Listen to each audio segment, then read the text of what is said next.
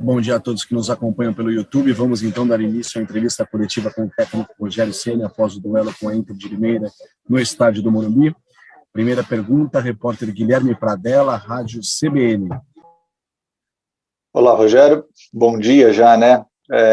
Rogério, com base no que você imaginava de jogo contra a Inter de Limeira e com base no que a Inter de Limeira propôs, como que você avalia o comportamento do time na partida de hoje? Obrigado. Boa noite, ou bom dia. Eu acho que nós nos propusemos a girar bem o jogo, tentar de todas as maneiras entrar na equipe adversária. No primeiro tempo até tivemos boas oportunidades, criamos várias vezes 1 contra 1, principalmente do lado do Marquinho, algumas vezes do lado do Léo. Tentamos abrir a equipe adversária, algumas vezes conseguimos entrar, mas ainda falta. Hoje não estávamos inspirados nessa jogada individual. Quando a gente consegue liberar o ponta contra o lateral adversário, não conseguimos ter a vantagem nesse tipo de jogada. Então tivemos a posse, giramos muito em torno da área, mas não conseguimos ter. Tivemos até uma ou outra oportunidade real de gol, muitas finalizações de dentro da área. O time chutou bastante, mas também em alguns momentos não fez a escolha correta. Poderíamos ter dado mais um passe para fazer finalização da entrada da área. Enfim, hoje não tivemos inspirados, principalmente nos duelos individuais na frente. Marcelo Bassérgio, Gazeta Esportiva. Boa noite, Rogério. Hoje o São Paulo, mais uma vez, recorreu bastante aos cruzamentos, tentou de várias formas abrir a defesa da Inter de Limeira, mas fato é que também recorreu bastante aos cruzamentos, bateu o recorde de cruzamentos de novo, o recorde próprio do time. Por que o São Paulo recorre tanto aos cruzamentos, que é uma coisa que vem irritando boa parte da torcida? Falta repertório, como construir mais repertório nesses próximos dias, né? Porque no domingo contra o Santos, o time vai ter o seu primeiro clássico, é um grande teste, talvez o primeiro grande teste da equipe na temporada. Obrigado. Bom, para mim, todos os jogos são testes importantes. Eu acho que não é o primeiro grande teste, nós já vamos para a 7ª rodada no campeonato. Boa parte dos cruzamentos se deu aos 20 escanteios que nós obtivemos. Então, assim, na bola no escanteio, em tese, ela é feita para você cruzar a área e tentar, posicionado dentro da área, tentar levar vantagem. Cabeceamos algumas, levamos vantagem em algumas bolas, mas não conseguimos fazer o gol. Agora, eu acho que um pouco é o nervosismo ao final do jogo, onde você não consegue mais infiltrar, porque o adversário baixa muito as linhas dentro da área. Então, o centro está bloqueado e é natural que a jogada se crie pelo lado, vai cansando, você vai perdendo um pouco, a perna vai ficando mais pesada, não consegue fazer tantas triangulações. No primeiro tempo houve mais, entramos mais por dentro da área para fazer essa bola para trás, não conseguimos. E no segundo aí vai batendo desespero no final, o tempo vai acabando e o jogador também quer tentar a chance de gol, ao invés de ter um pouquinho mais de calma e tentar trabalhar mais a bola e conseguir infiltrar. Então, assim, nós não conseguimos hoje tanto, principalmente no segundo tempo, conseguimos muito pouco jogar por dentro, achar passes entre linhas, para que a gente pudesse fazer jogadas mais próximas ao gol. E por isso acaba recorrendo aos cruzamentos. Acho que hoje foi realmente excessivo o número de cruzamentos, mesmo tendo 20 escanteios e computar nos cruzamentos esses 20 escanteios, mas nós poderíamos ter tentado construir um pouco mais por dentro. No primeiro tempo, algumas boas triangulações, algumas boas jogadas, chegando com o Marquinho à linha de fundo várias vezes, mas não conseguimos fazer o último passe, acertar na cabeça, no pé do nosso jogador. Quando tivemos oportunidades, a bola bateu na trave, o goleiro adversário fez boa defesa, mas concordo com você que hoje foi excessivo o número de cruzamentos. Isabeli Moraes, Rádio Bandeirantes. Oi, Rogério, boa noite. Rogério, eu queria que você já projetasse o jogo do próximo fim de semana contra o Santos. O Santos tem 9 pontos em 7 jogos, São Paulo tem 8 pontos em 6, uma pontuação baixa dos dois times. Como que o São Paulo chega para esse clássico e qual que seria o peso de uma vitória para esse momento da equipe de ainda buscar se firmar no Paulista? Obrigada. Clássicos sempre são importantes, vencer. Ano passado nós tivemos a oportunidade de vencer Corinthians e Palmeiras no Campeonato Brasileiro, o que ajudou muito, né, na pontuação para a gente sair daquela situação incômoda. Eu acho que são duas equipes que não conseguiram os seus resultados nessa rodada. É um jogo complicado, um jogo difícil. Jogar na Vila é sempre é sempre duro, né? A equipe do Santos é uma boa equipe. Nós vamos amanhã ver como cada um que jogou hoje volta para a gente ver o que a gente tem de melhor em condicionamento físico, que cada atleta tenha condições de jogo para a gente tentar sair com um bom resultado de lá. Seria importante para a gente, porque agora inicia essa fase de clássicos, jogo de Copa do Brasil, ou seja, começa a ficar um espaçamento pequeno entre um jogo e outro. E nós vamos tentar encontrar um time que seja competitivo lá na Vila Belmiro. Eduardo Rodrigues, GE. Globo. Boa noite, Rogério. Você falou, né, que foram 7 rodadas já no Paulistão e nessas 7 rodadas você fez diversos testes no seu time. Você já tem 6, isso, a 7ª rodada, desculpa, são 6 jogos. No caso, você já tem uma definição de time na sua cabeça, porque de vez em quando vão aparecendo algumas peças ali, como o Pablo Maia apareceu bem, você colocou ele como titular, há ainda uma dúvida ali na lateral esquerda ou não, você já sabe quem vai utilizar, tem o Léo, o Wellington, o Reinaldo, você já tem um time formado na sua cabeça ou você pretende fazer mais testes durante essa competição? Obrigado. Veja bem, se eu colocar 11 jogadores que jogaram hoje, se os mesmos 11 foram jogar no domingo e os mesmos 11 foram jogar na quinta-feira, você pode ter certeza que nós vamos ter lesões, que nós vamos ter jogadores que vão começar a baixar de rendimento. As trocas não são feitas só por experiência. Lógico que eu sei que nós temos 3 laterais esquerdos, eu tenho que escolher o jogador para cada jogo, eu escolho um jogador para a gente ter mais condicionamento físico, sabendo que nós começamos a temporada há pouco tempo atrás com um grande número de jogos. Eu sei de cada jogador o que ele pode desempenhar em cada função. Agora, se eu jogo com um jogador hoje, está cansado, amanhã a fisiologia me diz que o atleta está cansado, como é que eu vou repetir ele no domingo, né? A chance de eu ter uma lesão com o atleta é muito grande, a chance dele render menos fisicamente, e o nosso time, ele é um time de entrega, um time de luta, né? Não é um time cheio de 10 para jogar, de jogadores tão técnicos, é um time muito aguerrido, que tenta realmente, como foi nos últimos jogos, a vitória sempre, como foi hoje, novamente, tentando. Então nós temos que dar prioridade também ao que a fisiologia fala, ao respeitar o corpo de cada um, para que a gente esteja sempre, ao menos, se não tem o time ideal, né, os 11 ideais que a gente gostaria de ter dentro do campo, mas nós, ao menos, temos que ter um time que possa competir contra os adversários. Eduardo Afonso, canais ESPN. Tudo bem, Rogério? Boa noite. A minha pergunta vai um pouco disso que você falou agora, e você já tinha, em Campinas, falado um pouco também sobre isso, né? Que não adianta desgastar o time agora e quebrá-lo no decorrer da temporada. Isso aconteceu no ano passado no São Paulo, mesmo diferente, né? O ano passado sem férias, sem pré-temporada, esse ano você ainda teve 30 dias de descanso, jogadores e 15 de pré-temporada, mas foi exatamente isso. O time se desgastou muito no Paulista, tinha um objetivo, conquistou, e depois teve que largar a mão de todos os outros objetivos com 44 lesões. Como é para o técnico do São Paulo ter que olhar essa balança e avaliar o que é menos ruim? De repente, a partir de agora, para garantir uma classificação, ter que colocar jogadores que não estão 100% ainda, porque a temporada começou, mas pelo menos se classifica e briga pelo título, sabendo que vai correr o risco lá na frente, ou de repente continuar tirando aqueles que não estão bem, sabedor que pode ir para uma sequência de resultados, não ir à próxima fase, mas você vai ter o elenco inteiro para o resto da temporada. Como é que você administra essa balança que é tão difícil para o torcedor entender, por favor? Não, independente de quem jogue, nós temos que ir à próxima fase. Não tem essa hipótese, ela não existe para a gente aqui. Com todo o respeito que nós temos aos adversários do grupo, né? Mas independente do time que a gente escolha, dos 11 que a gente escolha para iniciar um jogo, o São Paulo tem condições de ir à próxima fase. Deve ir à próxima fase. É uma obrigação da gente ir à próxima fase.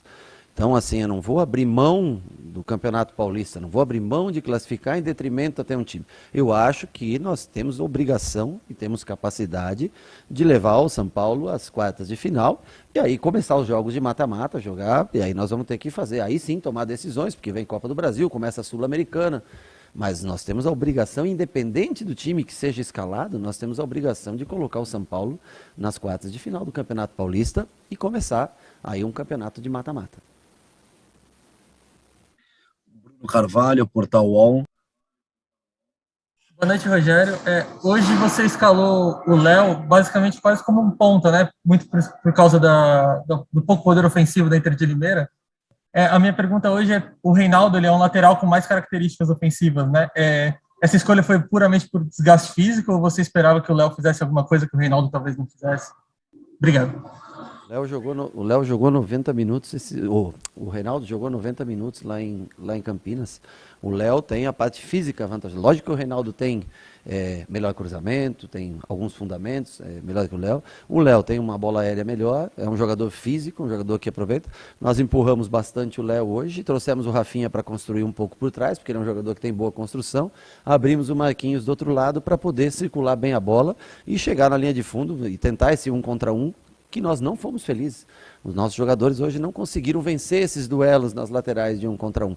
Então nós tentamos rodar bastante a bola e colocar Sara por dentro, colocar Nicão vindo receber essa bola por dentro, Nestor afundando para receber essa bola por dentro. O Pablo ficou muito atrás, poderia ter caminhado 10 metros mais à frente para jogar à frente do último homem, ele acabou ficando um pouco para trás.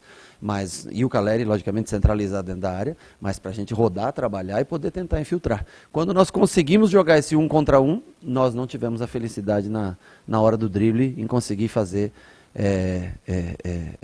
essa passagem para a gente adentrar a área adversária. Poucas vezes tivemos boas triangulações, no primeiro tempo ali do lado direito, com o Nicão, com o Marquinhos, conseguimos entrar 2 vezes consecutivas dentro da área adversária, mas não conseguimos aproveitar bem de forma correta as oportunidades. Mas o Léo jogou porque eu não te falo, é difícil você jogar nesse primeiro mês de temporada, jogar 2 jogos seguidos, quinta, domingo, com a mesma intensidade. São características distintas, o Léo e o Reinaldo. Mas para hoje, bem ofensivo, chegando ao fundo, com força, até fez boas jogadas no primeiro tempo, o Léo. No segundo eles baixaram mais as linhas ainda, o que dificultou bastante. O Léo não tem essa característica de drible de 1 contra 1, tem a característica de força, de chegar à linha de fundo, de fazer essa bola para trás, mas não tem o drible, não tem a facilidade desse 1 contra 1. Felipe Ruiz, TV Globo. Boa noite, Rogério. Hoje você escalou o Pablo Maia e o Marquinhos, 2 jogadores que a torcida estava pedindo antes desse jogo. Depois do empate em 0-0, a torcida vaiou quando a partida acabou. Como é que você pretende administrar essa pressão? Você tem um time jovem, você tem um elenco com vários garotos de Cotia, jogadores que estão chegando agora também, que ainda não estão adaptados ao São Paulo. Como você pretende administrar essa pressão? Você que tem mais de 25 anos de clube, como você pretende trabalhar a cobrança da torcida? Obrigado. Eu acho que é natural que o torcedor Campeonato Paulista, você joga dentro da sua casa, com uma equipe menor. Por mais que você tenha o controle total do jogo, que você finalize, 30 vezes, mais de 30 vezes no gol, que você tenha 20 escanteios a seu favor, se você não conseguir botar a bola para dentro, o torcedor sai frustrado. Eu acho que é de direito, e eles vão acostumar com isso. A vida é feita de aplausos, de elogios, como foi no jogo contra a Ponte, onde nós lutamos até o fim e tivemos também um número grande de finalizações e conseguimos o resultado. E é feito de dias em onde você é criticado, é vaiado, isso está incluso no pacote a ser atleta profissional. E eles vão amadurecer com isso. O importante é que são garotos, o Marquinhos, acho que 18 anos, o Marquinhos, tendo a oportunidade, está jogando no profissional, o Pablo subiu agora, jogou São Paulo agora, tendo a oportunidade de começar. É o futuro do São Paulo. Se o São Paulo se quiser recuperar, ele vai ter que insistir com jogadores jovens para tentar formar jogadores, destacar jogadores, e eles estão tendo uma grande oportunidade. Eu acho que tem que pensar por esse lado. Eles têm que levar muito mais pelo lado positivo, ter tido a oportunidade de jogar com a camisa do São Paulo, profissional, um campeonato oficial, e não se ater tanto à emoção, né, do torcedor, que é completamente... Eu acho que tem razão, realmente, porque o time não conseguiu fazer o gol. Nós tentamos de todas as maneiras, não conseguimos fazer o gol, por mais que nós construímos o jogo, que nós rodamos a área adversária, mas eu acho que eles têm que levar para si a experiência de ter feito uma partida no Campeonato Paulista com a camisa profissional do São Paulo. Essa é a coisa positiva que eles têm que levar, e o clube valorizar, porque são jogadores jovens que o clube precisa para o futuro, não só para jogar, diminuir custos, né, mas também numa eventual venda futura poder recuperar boa parte do prejuízo que o clube se encontra hoje. Caio Capato, TV Bandeirantes. Rogério, bom dia. Eu queria perguntar para você sobre o sistema do São Paulo, o conceito de jogo.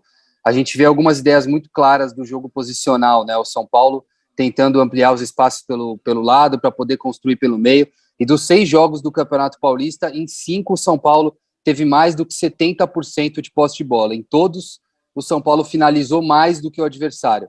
Eu queria te perguntar, dentro desse conceito de jogo, o que falta para toda essa vantagem se transformar nos resultados que vocês querem?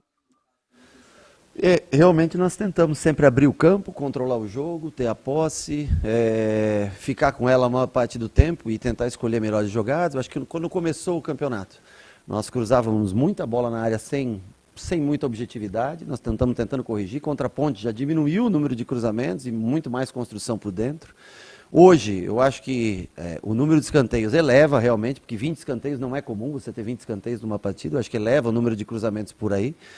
Mas o que bate é o desespero no fim do jogo, quando você não consegue penetrar no adversário, a gente começa a cruzar bolas que não tem sentido muitas vezes. Então, nós temos que ter calma, trabalhar como foi contra a Ponte Preta, o jogo mais pelo um lado, pelo outro, até achar o momento correto de entrar. Agora, todos estão tentando, todos estão fazendo o seu melhor. Dentro das características que nós temos de jogadores, nós temos poucos jogadores de 1 para 1. Nós temos poucos jogadores que vão receber uma bola diante de um lateral e vão fazer essa jogada individual. Ou, no dia de hoje, nós não tivemos sucesso nesse tipo de jogada. E se faz necessário. Então nós trabalhamos, construímos todo dia no CT, trabalhar de fora para dentro, vir, rodar, jogar por dentro. Hoje nós não tivemos a felicidade de conseguir entrar, ou bater uma bola da entrada da área, finalizar uma bola de entrada de área que entrasse. Muitas rasparam, mudaram de direção, chutaram para fora. O Nestor tentou precipitadamente, às vezes 2 ou 3 bolas, finalizar, poderia ter dado um passe, Pablo do lado. Escolheu uma melhor jogada, ter mais calma para escolher a melhor jogada. Se nós não conseguimos ter o drible no 1 contra 1, nós temos que trabalhar coletivamente para que essa jogada saia. Mas o intuito do jogo, é você ter a posse próximo à área adversária e criar opções. O time vai cansando, vai dando menos opções de passe, de triangulações, e aí ao final do jogo vem esse desespero que faz com que o time acabe cruzando muitas bolas, algumas delas sem sentido para dentro da área. André Ranieri, Rádio Energia 97. Rogério, bom dia, tudo bem? A minha pergunta ela vai mais ou menos na mesma linha da anterior. Eu fiz um levantamento rápido sobre as finalizações do São Paulo quando ele atua em casa. Foram 63 chutes no total. O São Paulo acertou a meta adversária em 9 desses chutes, né, 15%, e marcou só um gol, 1,5% dos chutes que foram dados, né? Obviamente que as equipes que vêm jogar aqui no Morumbi, elas se retrancam muito. Você até falou dessas linhas mais baixas. Hoje você tentou algumas alternativas, né, até um posicionamento diferente ali do Nicão, que não ficou aberto, ficou o Marquinhos, e ele ficou um pouco mais centralizado. O ponto essa estratégia que você tem colocado de ter paciência, rodar bastante a bola, quando você pega uma defesa muito fechada, como o São Paulo vem enfrentando, não resta muitas vezes a alternativa, senão o cruzamento na área. E a minha pergunta vai nesse sentido. Você pensa, por exemplo, em outras alternativas, né? Tem muitos times que jogam mais ou menos dessa forma, que utilizam bastante o goleiro, né? Você tem um goleiro linha, mas o Jandrei não é aquele goleiro, pelo menos não tem sido, que puxa o time adversário, que faz com que o time adversário se abra, se desorganize um pouco do ponto de vista defensivo. E o São Paulo também não tem quando ele sai do campo de defesa para o ataque, não tem muita velocidade. Sempre que chega, a defesa já está armada. O que você pensa, vendo essa dificuldade, vendo que ter paciência no toque de bola tem resultado nos cruzamentos? Que outras coisas você pode fazer para justamente tentar superar esse problema, Rogério? Eu tenho que tentar recuperar a bola do adversário o mais rápido possível, é o que eu tento fazer. Concordo com você, poderia baixar as linhas. Poderia baixar as linhas e tentar deixar o adversário vir para cima e criar espaço. Mas o nosso time não tem como característica a velocidade. Ele não foi montado, não é um time montado para contra-ataques. É um time que tem muito mais a posse, a qualidade individual, a ultrapassagem dos jogadores de lado, um jogo de passes, né? Um time que passa muito, que toca muito a bola, mas se você baixa as linhas, se você não tem os velocistas, não faz muito sentido. Eu prefiro jogar no campo do adversário, porque tentar roubar uma bola do adversário ou tentar construir trabalhando esse jogo, porque é a melhor característica que meu time tem, né? Então, como ele não é um time preparado para contra-ataque, ele não é um time para baixar as linhas e sair em velocidade, né? O Caleri não é um velocista, né? O Rigoni é um jogador um pouco mais rápido, o Marquinho ainda um pouco mais rápido, mas Caso contrário, são todos construídos. O Sara, um jogador de muita entrega, né? O Alisson, um jogador também que tem um pouco de 1 contra 1, mas não é um velocista de puxar contra-ataque. E mesmo porque os adversários, se você não for marcá-los em cima, especialmente no Morumbi, eles não têm pressa para vir atacar você. Então nós temos que melhorar esse jogo combinado, melhorar esse jogo por dentro, caprichar um pouco mais no cruzamento, saber o momento correto de cruzar, o momento de voltar uma bola, fazer com que a defesa saia e aí fazer a virada de jogo. Tentar não só passe de casinha em casinha, voltar a virar, pum, fazer a virada de jogo, virar mais rápido essa bola. A velocidade de passe aí da nossa é muito lenta. Quando a gente domina uma bola, em vez de dominar e passar, às vezes domina, dá um toque, mais um toque e passa. Esses 2 segundos que você gasta mais para girar, é quando você ainda pega o adversário, dá muito tempo para o adversário balançar. Então, nós temos que tentar balançar de uma maneira mais rápida, para daí achar a infiltração de jogo. Agora, para jogar em linha baixa no Morumbi, eu não vejo muito sentido se você não tem um time, na acepção da palavra, velocista, e também se você tem times que vêm e não tem interesse em agredir o São Paulo. Esses times não têm interesse em agredir, você tem que acabar se expondo. Você é o time grande, você tem que se expor e tentar pressionar o adversário. Encerramos então a entrevista coletiva do técnico Rogério Ceni. Obrigado a todos que nos acompanharam. Uma boa noite.